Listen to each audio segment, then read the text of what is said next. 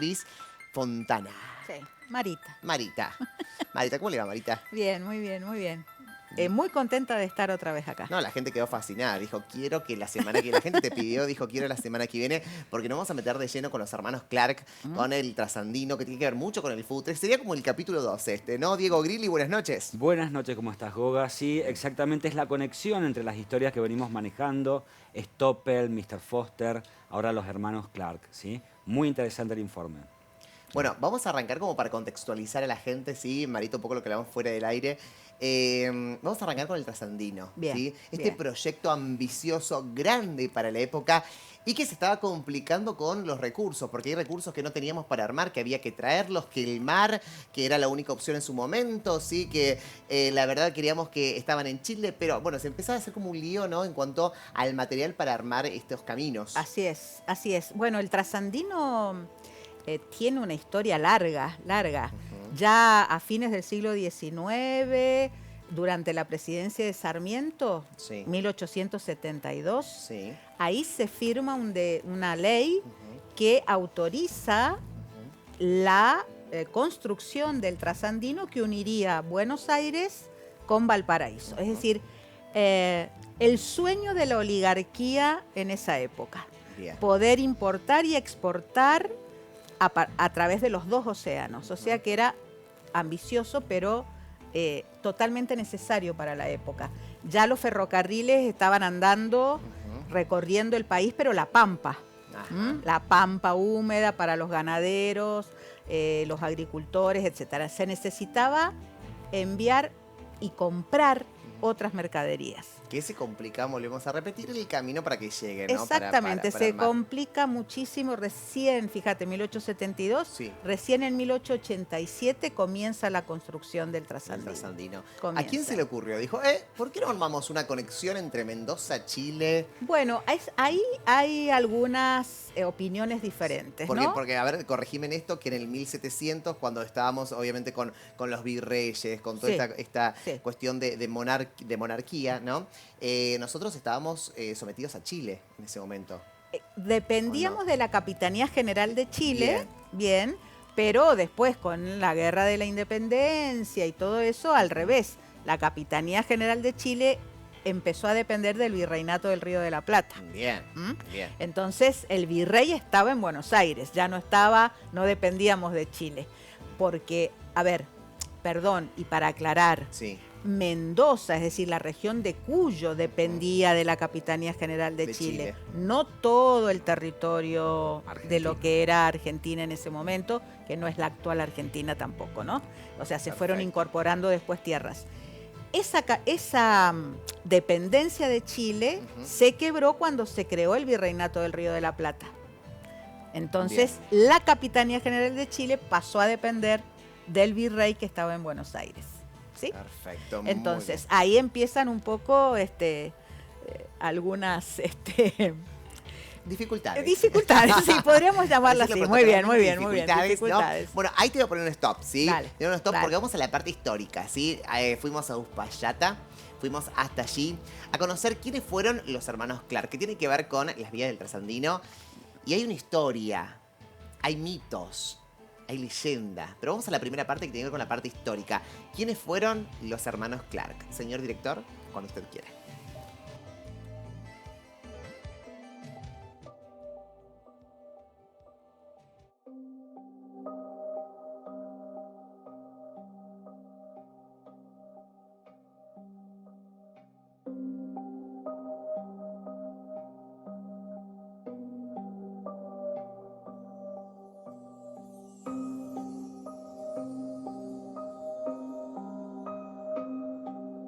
Bueno, en sí el desarrollo del trasandino llevó muchos años, muchísimos años.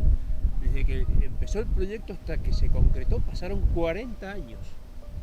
Desde 1870 hasta 1910. Desde Sarmiento hasta Figueroa Alcorta, los presidentes de la nación. Hubieron muchos acontecimientos en el medio que hicieron que se fuese retrasando, sobre todo la parte logística, porque es muy complejo. Pero aparte la guerra del Pacífico que tuvo Chile, los problemas limítrofes que ya empezaron a aparecer entre Argentina y Chile, y distintos tipos de acontecimientos que hicieron que esto se fuese retrasando. estaba Mendoza en ese momento? El presidente era Sarmiento. ¿Y acá en Mendoza qué pasaba? Y en Mendoza en realidad había muchas expectativas porque nosotros comercialmente estábamos más ligados a Chile. O sea, teníamos mucha más intención de poder comercializar hacia el Pacífico que irnos hasta el Atlántico, hasta Buenos Aires. Entonces había mucho interés en el pueblo de Mendoza de que esta obra siguiese adelante porque se fue cortando durante mucho tiempo. Se reanuda en 1886, 1896, 97, se fue cortando, pero el interés del pueblo mendocino era que pudiese seguir porque era un acontecimiento que a nivel económico era muy fuerte, muy poderoso, generaba muchos puestos de trabajo y aparte el futuro de un bienestar de comercio muy grande. Entonces para Mendoza fue un acontecimiento realmente increíble el tren trasandino. Y además me imagino lo difícil que ha sido realizar esto. Estamos acá, le cuento a la gente, hace mucho frío, ¿no? Estamos pasando, Está fresco, sí. muy, pero muy fresco, ¿no? Está Y me fresco. imagino en esa época, sin trabajando mucho, realizando esta construcción, y habrá sido difícil. Muy Por el clima es un clima frío. Muy difícil, tengamos en cuenta que plena cordillera nieva, tanto en invierno como en verano. Y el tren, me imagino que habrá tenido momentos donde tuvieron que cortar en algunas zonas, porque es lógico, sobre todo cuando tuvieron que hacer el túnel internacional por donde pasaba el tren. O sea, lo que tiene que haber sido eso No, una no, no, no. monstruosidad. Y Si nosotros en este Crea- momento teníamos frío, no, la gente mucho. pobre gente. No, me pobre imagino en gente. ese momento y pensando, ¿cuántos años tardaron en realizar todo? 40 años. Claro, sí, obvio. Imagínate. 40 años hasta lograr terminar la obra y entregarla, hasta que apareció el primer tren que hizo el tramo completo. ¿En qué año fue? 1910. perdón. 1910. 1910. Fue una cosa increíble.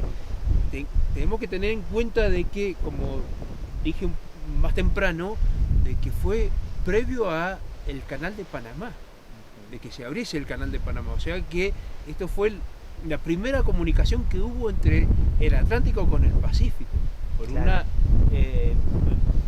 unidos por una línea ferroviaria. Era una cosa increíble, era magnífica. Realmente es una pena hoy por hoy de que esto haya quedado en el olvido, como estamos viendo acá, Estamos mirando, sí. cómo quedó todo esto destruido, tanta gente quedó en la calle cuando se fue el ferrocarril y tantos puestos de trabajo que generó el ferrocarril. Y hoy Porque- son casas, bueno, estamos viendo las imágenes, son casas habitadas hoy por gente de sí, la zona. sí, gente de la zona que han hecho, están en comodato a cambio de arreglarla, de cuidar. El Estado le ha cedido, el Estado Nacional les ha cedido, han tenido que, me imagino, presentar papeles y documentos como para estar, pero se les da en comodato para que No hay ningún sigan nombre, digo, de los manteniendo. hermanos Clark, ni una foto, no hay nada. No, acá no. Acá no. Acá no, pero en el archivo histórico de la provincia sí, hay fotos de agarrotipos, hay fotos de los hermanos Clark. ¿Sí? Y sobre todo en esta zona, en la zona de la estación de Uspallata, que es muy importante porque acá es donde se reabastecía la línea ferroviaria. Estuvimos viendo recién que caminábamos y charlábamos Sí. cómo han quedado apilados los Total. rieles del ferrocarril. Estamos hablando que esos rieles tienen por lo menos del año 1900, que están ahí. O sea, que quedaron ahí como que se dé cuenta que lo dejó alguien ayer y quedaron que mañana lo levantarán. Pero bueno, quedaron ahí, eso es parte de un recuerdo, es parte de un documento de lo que ha sido este movimiento de las distintas estaciones del ferrocarril, pero Uspallata sobre todo por la importancia que tenía.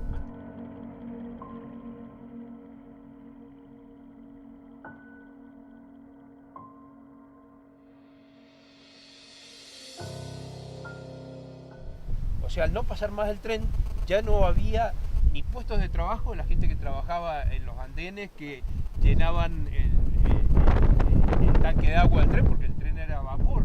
En todas las estaciones vos has visto que veníamos hablando que hay tanques de agua, Sí. donde se reabastecía el tren con agua para poder seguir funcionando. Entonces, como ya empezó a desaparecer ese trabajo, la gente se fue a buscar trabajo de otra cosa. Pero a otro lado. no podía haber, porque por ejemplo, funcionado de carga, como un tren de carga para de un lugar para otro. Todo esto tiene que ver más. Yo tengo preguntas porque la verdad digo, es un lugar muy, pero muy lindo. Y Lamentablemente todo esto tiene que ver con cuestiones políticas de la Argentina. O sea, esto fue por un interés concreto de dejar abandonados los trenes, no solamente el trasandino, a nivel nacional. Ujú. O sea, se abandonó el tren, desaparecieron pueblos enteros, enteros, donde la gente vivía del tren y para el tren. O sea, ese movimiento, ese intercambio de de todo lo que generaba el tren, hicieron de que la gente, al no pasar más el tren, se tuvo que ir a buscar trabajo a otro lado, a hacer otra cosa, porque ya el tren no generaba nada, dejó de existir. O sea, lamentablemente, ruinas como esta que vemos acá y todo lo que hemos estado viendo en el día de hoy, Sí. hay en toda la Argentina, y sobre todo por una cuestión logística. En la cordillera de los Andes es una cosa monstruosa de mantener. Tenemos que pensar lo que fue no solamente montar el ferrocarril, sino lo que era mantenerlo. Sí. Avalanchas, aludes de barro, caídas de piedra en la vía. O sea, esto generaba mucho movimiento. La vía del tren se recorría permanente, a diario, sacando piedras, sacando todo lo que haya caído. Y esos famosos aludes de barro que hoy nosotros solemos ver que cortan la ruta, y eso también cortaba la vía. Y había que sacar todo ese barro, o sea, el mantenimiento era monstruoso. Entonces, bueno, la verdad que tiene más que ver la muerte del ferrocarril con intereses políticos que otra cosa. Pero otra cosa, una Esa vez es la verdad. que los hermanos Clark terminaron con el trabajo que se les asignó, ¿qué pasó con ellos? Ellos, Dejaron su trascendencia, que sus hijos acá. su impronta, en realidad ellos se quedan del lado chileno, más que todo en la zona de los Andes, que era la base de operaciones más grande. De hecho, la estación del ferrocarril de los Andes en Chile se llama Estación Clark, por ellos dos. Pero ellos lo que tenían mucho interés de conectar con el puerto de Valparaíso. Ellos habían nacido, eran de Valparaíso. Eso es lo que ellos tenían, una vida muy comercial con el puerto de Valparaíso. Ese era un interés muy concreto que ellos tuvieron. Y ellos iban y venían permanentemente entre Mendoza y Chile, pero ellos estaban del lado chileno. O sea, más que todo su vida la llevaron Más por del ese lado. Sí, claro, sí.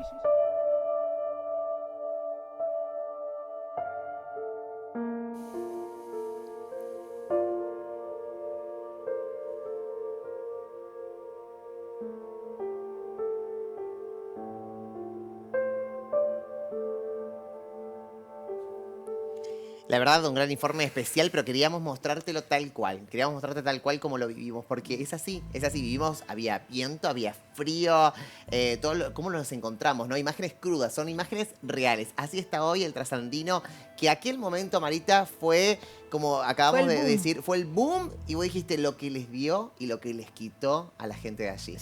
Sí, porque el tren, el ferrocarril, es aún hoy, en casi todos los países del mundo, Sí. Un medio de transporte fundamental, no solo de pasajeros, sino también de cargas. Y lo fue en nuestro país. Es decir, tal como lo decía Martín. Patito. Martín, Ajá. son los intereses los que cambiaron eso. Entonces las rutas, los neumáticos, los camiones, etcétera, etcétera, impusieron sus intereses y el tren en la década de los 90 cerró. O sea, bajó Chao. en muchos lados de comunicar y de dar vida a poblaciones. En Mendoza, el ferrocarril San Martín, que unía Buenos Aires con Mendoza, dio vida a tantas ciudades. Les voy a poner un solo ejemplo, Palmira. Palmira era un pueblo ferroviario. Cuando el tren dejó de pasar, Palmira casi desaparece.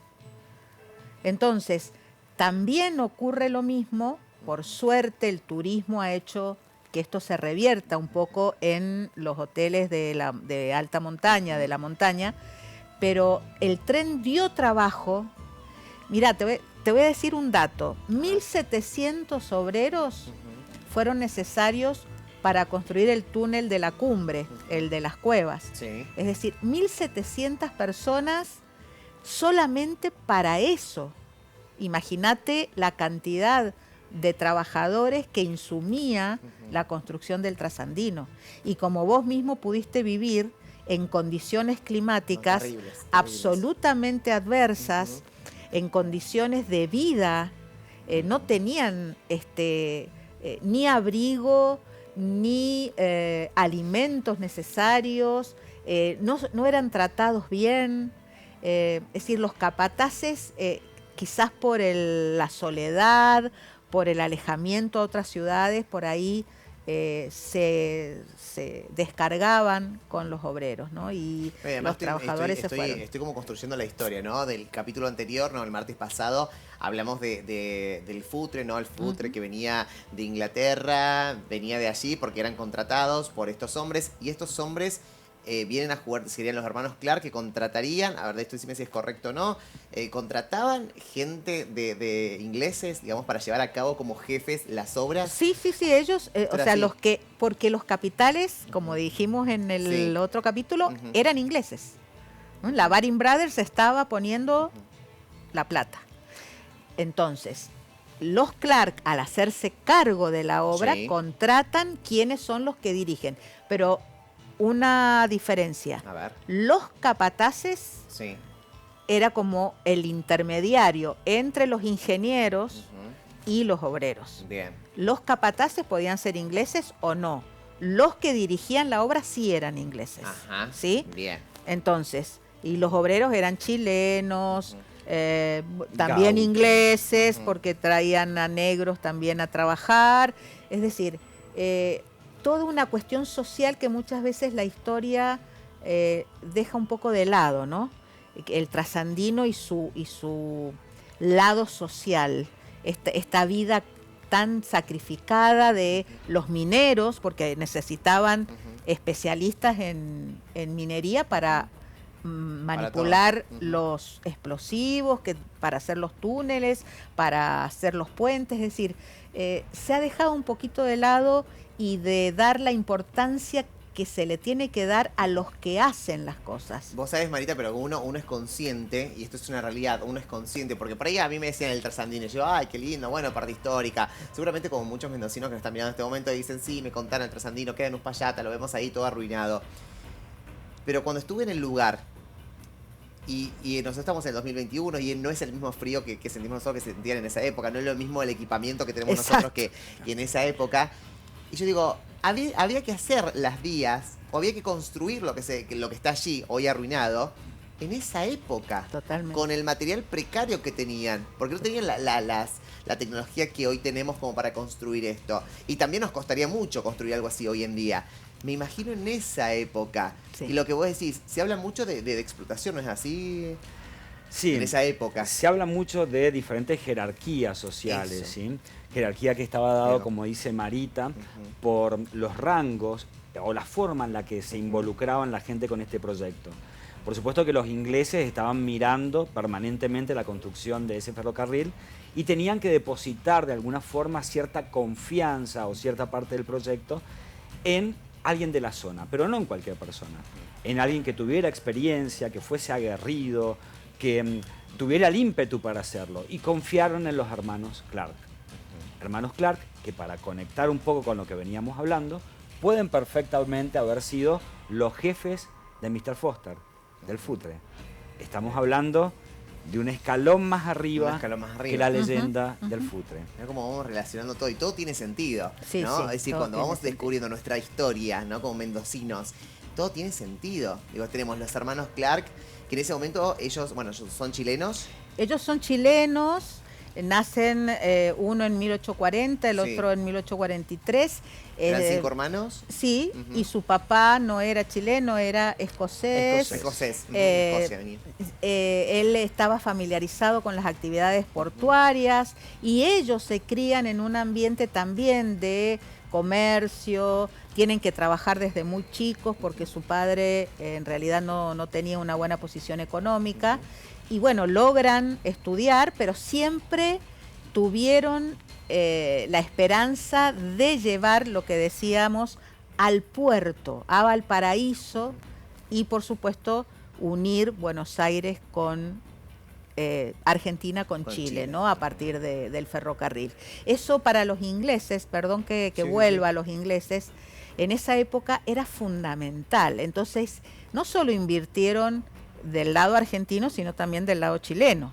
O sea, los capitales estaban acá y allá. Y toda la historia del trasandino, podríamos decir, la última carga creo que se hace en la década de los 80, en 1980, la de pasajeros en el de 70, pero atraviesa la historia de Mendoza. Hasta la fiesta de la vendimia tiene que ver con el trasandino. Es decir, el origen de la fiesta de la vendimia. ¿Por qué? ¿Por qué? Porque resulta que, Sí. por suerte, cuando se inaugura el trasandino en 1910, comienza a existir entre los dos gobiernos la iniciativa de hacer un tratado de libre comercio. Ujú.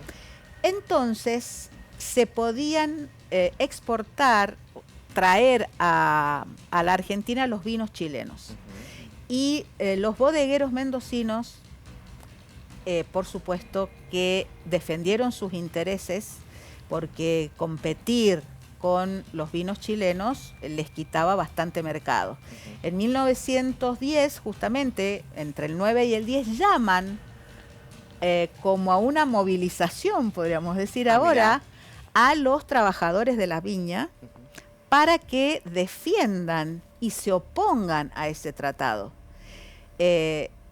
Y vienen desde las viñas, desde todo lo que eran los suburbios mendocinos, que en esa época las viñas llegaban muy cerquita del centro, llegan a la capital mendocina a apoyar a sus patrones, digamos, a los que le daban trabajo, y oponiéndose al Tratado de Libre Comercio con Chile. Y realmente ese tratado Nunca se aplicó. Y allí es donde nace, ¿no?, esa fiesta. Sí, porque al llegar esa movilización, Sí. Los campesinos o los obreros de la viña no eran de venir a la ciudad. Y ahí fue la primera vez que se vio una movilización tan grande de personas, y después se armaron como guitarreadas, bailes, etcétera. Y ahí empieza un poquito la tradición de festejar una vez al año a los viñateros. Muy bien, mira, no sabía, mira cómo todo está tan relacionado. Pero me voy a ir un poquito más atrás, ¿no? Dale. Me voy a ir más atrás todavía, los hermanos Clark, ¿no? Para ubicar a la gente también esto. Los hermanos Clark nacen en Chile, tienen 5 hermanos, ¿no? Un papá que fallece a temprana edad, Sí. ¿no? Clase media baja, más media baja que otra cosa, se la rebuscan. ¿Cómo se les ocurre lo del trasandino? El telégrafo, ¿qué tiene que ver con todo esto? Bueno, el telégrafo trasandino fue la primera obra que hicieron los hermanos Clark, que unió Buenos Aires con Santiago. Bien. ¿Quién confía en Chile. eso para esto? ¿A quién le presentan el proyecto? A los ingleses. A los ingleses. A Bien, los eso le ingleses. presentan los ingleses. Totalmente. Los ingleses le dan el ok. Le dan el ok, y después, como este telégrafo está tan bien construido, hecho, con todas las normas que se tenían que seguir en la época, no tienen mucha dificultad cuando se presentan, digamos, ahora como una licitación. Bien. Los ingleses aprueban inmediatamente Porque la dice, acción se de salió los muy bien hermanos lo del Clark. telégrafo. Podemos confiar en estos hermanos Clark, perfecto. Exactamente. Pero ojo, a ver, vamos a la historia, ¿sí? Porque esto es para contextualizarte. Dice, bueno, tenemos el telégrafo, pero va a costar un poquito más y necesitamos, dicen los hermanos Clark, la ayuda de los estados, tanto del Estado chileno como del Estado argentino. Así es. ¿Qué hacemos? Bueno, nos dividimos, ¿sí? Vos, Mateo, por un lado, yo, Juan, por el otro. Bien. Nos dividimos entre los dos. Mateo se va a Chile, Juan se queda en la Argentina. Exacto. Bien. Juan se dice, ¿cómo hago? Voy al presidente. El presidente en ese momento es Sarmiento. Sarmiento, 1800 estamos en 1872, pero Sí. recién se empieza a construir en 1887. Bien. Está Roca hasta 1886, Juárez Selman. Bien. Juárez Selman. Ahí hay un problema, porque... ¿Se complica a los hermanos Clark? Sí, se les complica. O sea, que ya tienen, a ver, para contestar, ya tienen la idea, Ya tienen la idea, Los ya ingleses tienen... le dijeron, ok, vamos, buenísimo, Y buenísimo. ya tenían la ley. Desde Perfecto. 1872 está la ley. La ley que favorecía a los ferroviarios. Que aprobaba la construcción del trasandino. Bien, ¿ley que Bien. aprueba Sarmiento? Sí, 1872. Bien. ¿Pero por qué la aprueba Sarmiento? Porque él tenía una necesidad muy importante de oponerse un poco a las ideas de Mitre, que era su antecesor. Ajá. Mitre quería otra cosa, quería ir por el sur, por el Planchón, unir por Vergara, por el sur de Mendoza también, pero Sarmiento le gustaba más San Juan Mendoza, no sé si Más la suena región algo nuestra, así. Cuyanita. Sí, entonces él aprueba inmediatamente el proyecto de los Clark. Perfecto, que tenemos ley. tenemos ley, Tenemos ley. tenemos adjudicatarios de la licitación, Perfecto. Dinero. pero Dinero, tenemos un poquito de poquito. dinero, no pero tenemos la platita completa. todavía no, porque Bien. los ingleses tenían que aprobar el proyecto. Ajá. Y en 1890, ahí empieza un problema político, tanto en Chile como en Argentina. 1890, Revolución del Parque, Juárez Celman debe renunciar, y ahí hay una serie de idas y vueltas. En Mendoza, todos los años teníamos un gobernador distinto porque venía una intervención federal permanentemente, y en Chile, una guerra civil casi en 1891. Oh. Que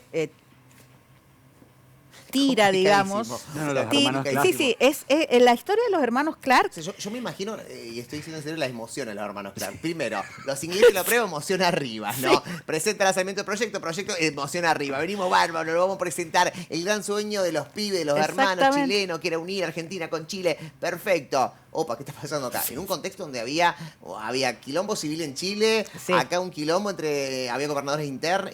Había un presidente depuesto casi, porque renuncia Claro. Juárez Celman, y ahí vienen los presidentes también de ese partido, pero que empiezan a verse obstruidos porque aparece la Unión Cívica, y después la Unión Cívica Radical, y aparecen los sindicatos, y aparecen los anarquistas, los socialistas. Estamos colocando condimentos a esta complicación de los hermanos Clark. Totalmente, porque ellos viven esas complicaciones. Por eso se demora tanto en comenzar la obra. Y la obra tarda tanto, como nos decía nuestro amigo en Uspallata, Sí. justamente por eso, porque se tiene que detener. Con cada problema se detiene. Bien. Unos guerreros, los hermanos Clark, Sí. pudieron contra todas las adversidades, contra Todo. todo. De ahí surgen sus mitos. Exacto. A partir de ahí, claro, porque está complicado el Y momento. pueden, y Claro. lo atraviesan, y lo solucionan. Hicieron un agujero en la cordillera de los Andes. Histórico. Es más, atravesaron para constatar su proyecto de hacer ese puente de la cumbre a pie la cordillera de los Andes. ¿Sí, ¿Fue uno o fueron los dos? Los dos. ¿Los dos? Los dos. O sea, para, vos lo que me estás diciendo, cortame la música, Darío, porque yo acá necesito canalizar esto. Yo, perdón la expresión que voy a utilizar, pero me cagué de frío. Fui, nada, ¿cuánto? Media hora estuvimos, Juanpi, media hora, ponerle un poquito más, 40, 45 minutos haciendo la nota. No daba más del frío, el viento, que cerca de la cordillera poniéndome 3 camperas. Así nomás lo hice porque me sacaba las camperas para la nota, pero digo, me voy a poner en primera persona porque le quiero contar a la gente lo que vi, para que sepan, aquellos que no conocen el lugar. Hace mucho frío, mucho frío. ¿Vos me estás diciendo, Marita? ¿Me estás diciendo que ellos recorrieron día y noche por allí La solos? traza que ellos habían presentado como su proyecto la recorrieron a pie. No sé si solos o acompañados, acompañados, si no, seguramente por un grupo de gente, pero realmente la hicieron para constatar que era correcto. Es decir, eran guerreros, como decía él, no los paraba nadie. Nadie. O No sea, ellos querían armar esta vía, ¿sí? Y era su objetivo, diciendo, a ver, los ingleses no aprobaron, no aprobó el presidente Sarmiento copadísimo, ¿no? Sí, En sí, esto, sí, ¿no? sí, No sí. dio el ok. Se arma este quilombo, ¿entendés? Que no sabemos dónde está nuestro proyecto. Está la ley aprobada, ¿no? La ley que va a favorecer a los ferroviarios, ¿no? Está esto aprobado. Hay quilombo. Nosotros quedamos en el medio, como medio mareados, pero ellos dijeron, mira, Pero seguimos. entre todo esto, vamos a seguir con este proyecto. ¿Qué vamos a hacer? Vamos a investigar, ¿no? El contexto donde vamos a armar las cosas. Exacto. Si estaba bien pensado lo que ellos proponían. Bien. Lo constataron personalmente. Una cuestión con Sarmiento y los hermanos Clark. La mamá de los Clark era sanjuanina. Y de la misma familia de Sarmiento, una rama de la familia de Sarmiento. Digo esto porque es una nota de color. La mamá de los Clark era argentina y era sanjuanina. Tenemos imágenes de los hermanos Clark para que la gente lo vaya viendo, ilustrando mientras estamos hablando, ¿no? Ellos son los hermanos Clark. Bueno, ella es la mujer de uno de los hermanos. Estamos para que la gente se contextualice, ¿no? Estas son imágenes antiguas para que conozcan a sus hermanos Clark. Ellos son, allí están. Allí están aquellos que decidieron. Bueno, un proyecto muy ambicioso en ese momento, pero también como vemos el lado B antes de ir al segundo informe, tenemos que ver el lado, digamos, ahora mostramos el lado A, ¿no? Bien. Guerreros, fuertes, ¿no? Cruza, contextualiza. ¿Cuándo se aprueba esto? ¿Cuándo comienzan? Porque ellos, bueno, van a ver el lugar. Van a chusmear el lugar. Esto se aprueba y empieza la construcción, perdón, en 1887. Bien. Recién termina en 1910. Bien. Justamente porque en Todo el esto. medio pasó todo esto que te Bien. dije. Bien, bien. Es decir, fueron muchos años. ¿Cuándo empieza? ¿Cuándo dicen ok, vamos a construir todo? Traemos obreros, traemos... 1887. 1887. Ahí empieza la construcción de el ferrocarril trasandino que va a unir Buenos Aires con Mendoza y Mendoza con Valparaíso. Trocha angosta. Bien. Esto es importante porque nuestros ferrocarriles tienen trocha ancha. 1,30 m, 1,40 m. La trocha angosta es de 1 metro. Bien. ¿Por qué trocha angosta? Porque para cruzar la cordillera de los Andes es mucho mejor, se ahorra material, las curvas se pueden hacer más livianamente, digamos. Entonces ellos pelean también por la trocha angosta y por esta especie de cierre que tiene... De cizaña. Exacta, que tiene arriba, sobre todo en las partes más altas, las vías, ¿no? Que engancha el tren. Exactamente, es como un cierre. Cuando te perfecto. cerrás un cierre de pantalón. Perfecto. Así, El proyecto de mega ingeniería que hicieron los Clark es totalmente admirable. Eso solo ya es una leyenda. No, me imagino.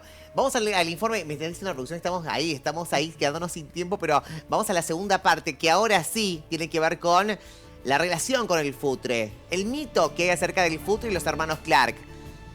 Las vías del trasandino, mirá.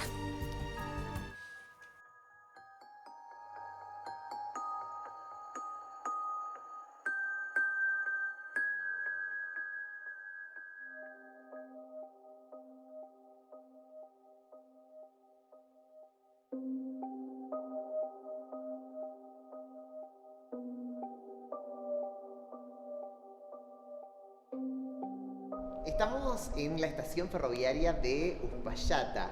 Sí, Los hermanos Clark tuvieron mucho que ver con el tren trasandino, ¿es así? tal cual. Ellos fueron los ideólogos de lo que fue el tren trasandino. Ellos fueron dos hermanos chilenos de Valparaíso, de origen escocés, que vivían en Valparaíso, que fueron los que planificaron hacer esta obra del tren trasandino para poder comercializar y comunicar a Argentina y Chile. En realidad, el Atlántico con el Pacífico. Entonces, idearon esta obra magnífica, monstruosa, que fue el tren trasandino. Bien. Y a partir de allí, ¿qué sucedió? Porque los hermanos Clark se hicieron muy famosos también por ese tren. Por supuesto, en realidad lo que ellos planifican, como te decía, era la comercialización para poder salir al Pacífico y comunicar. ¿Por qué? Esto fue una avanzada. Esto lo planificaron mucho antes de que existiera el Canal de Panamá. Ellos planifican unir los dos océanos y comercializar para no tener que dar toda la vuelta por el Estrecho de Magallanes y poder salir desde Buenos Aires hasta Valparaíso y poder potenciar la región a nivel comercial. Entonces empiezan a planificar esto en el año 1870. Estamos hablando de la presidencia de Domingo Faustino Sarmiento. La obra se la presenta en el Estado Nacional Argentino cuando Sarmiento fue presidente de la Nación. Y Sarmiento en realidad no tuvo que pensar mucho, era una genialidad comunicar el Atlántico con el Pacífico. Entonces lo que hace Sarmiento es dar por aprobado esta obra, que llevó muchos años, muchísimos años hasta poderla concretar. ¿Qué tienen que ver los hermanos Clark con el futre? En realidad, los hermanos Clark con el futre tienen mucho que ver, porque justamente el futre, el personaje del futre, Mr. Foster, fue un empleado del ferrocarril que tenía como objetivo pagarle a los empleados que trabajaban en el tendido de las vías, digamos, ¿no? Entonces, él era el encargado de llevar los sueldos a donde se encontraran los empleados y pagarle. Él se movilizaba por la vía con una zorrita, ¿viste? Las zorras bueno, él se movilizaba hasta donde pudiese llegar con las vías y de ahí a caballo. Por eso es conocido como el jinete sin cabeza, porque andaba mucho a caballo. Pero él era un empleado del ferrocarril, sí, tal cual. Dice el mito, y decime, bueno, justo estamos acá en este lugar que tiene mucha historia, cada material, cada estructura nos lleva a ese 1800. Tal cual. Dicen que el señor Foster, ¿sí? Foster salía con una de las hijas de los Clark. Esa es una de las cuestiones que he escuchado, que era que una de las hijas de uno de los hermanos de Mateo Clark era pareja de Foster. En realidad lo he escuchado muchas veces, pero no he tenido material puntual para corroborarlo, ¿no? Pero bueno, se dice que sí.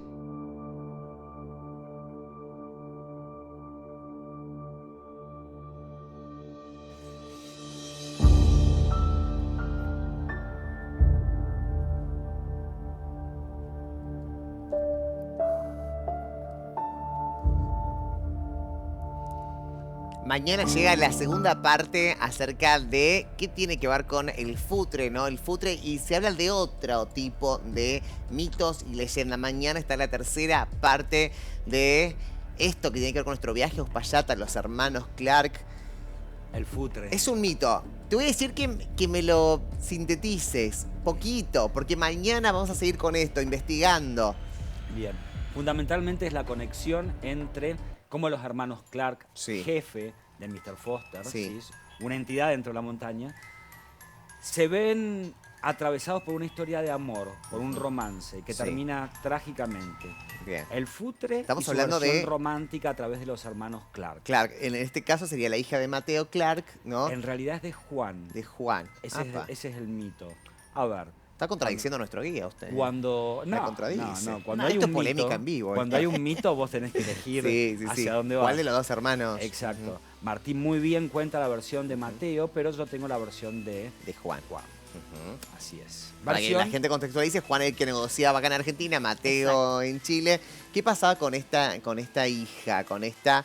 ¿Se enamora perdidamente? ¿Cómo se enamora? ¿Acompañaba a su padre? Porque en ese momento era una sociedad muy machista, pero muy machista, y las mujeres no podían acompañar a los padres al lugar de trabajo. Entonces, ¿cómo conoce al señor Futre? Bien. La cuestión es que es una hija extramatrimonial que tiene Juan. Ah, Y para ocultarla de su familia, la lleva consigo en esta travesía que es la construcción del ferrocarril trasandino. Y es inevitable que conozca a uno de los capataces de la obra, el señor Mr. Foster. Los hermanos Clark de alguna manera estaban de acuerdo en que Mr. Foster y esta hija ilegal se arreglaran, ¿sí? Porque era alguna manera de ubicar a la nena De en algún arreglarla. punto, ¿sí? Ah. Esa es una fuerte leyenda que uy. la tenemos acá en el libro El Sí. terror de Mendoza, ¿sí? Déjame que diga que la librería correcta donde Sí. tenés que comprar el libro es la librería Arte y Color de la sexta sección. Perfecto, ¿sí? muy bien. Mañana seguimos con la segunda parte. Está este libro impresionante, donde de verdad, ¿no? El terror de Mendoza nos cuenta todo. Mañana vamos a seguir visitando Uspallata. Y acá en este libro habla de mitos, se habla de leyendas, de lo que nos sucede a nosotros como mendocinos. Mañana esta historia de amor, romance y muerte.